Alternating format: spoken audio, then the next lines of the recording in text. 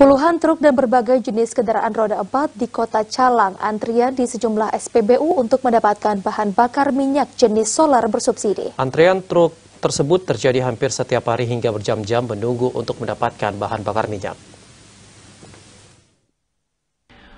Puluhan dam truk dan berbagai jenis kendaraan mengantri di SPBU yang berada di Kota Calang, Kabupaten Aceh Jaya untuk pengisian bahan bakar minyak solar bersubsidi.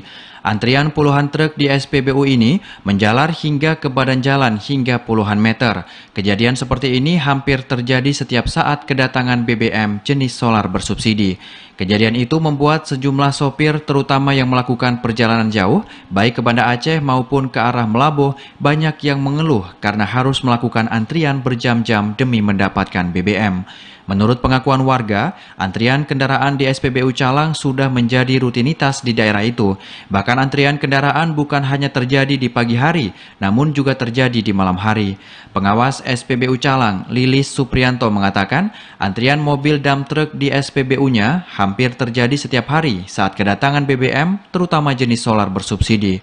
Menurutnya, antrian panjang kendaraan untuk mengisi BBM jenis solar tidak bisa dielakkan sejak beberapa bulan ini. Namun terkait stok BBM jenis solar tetap selalu ada, bahkan tidak pernah putus walaupun antrian panjang kendaraan terjadi di SPBU setempat. Masih ada aktivitas, Bang.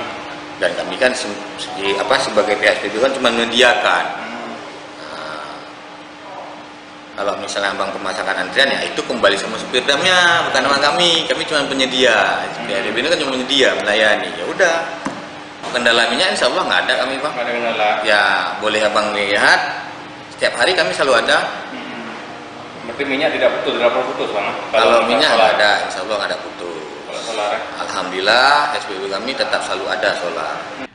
Pihaknya menambahkan sistem pengisian BBM tetap sesuai dengan SOP yang telah ditetapkan oleh pihak Pertamina, baik untuk pengisian ke kendaraan maupun ke berbagai pihak lainnya seperti nelayan maupun ke para petani.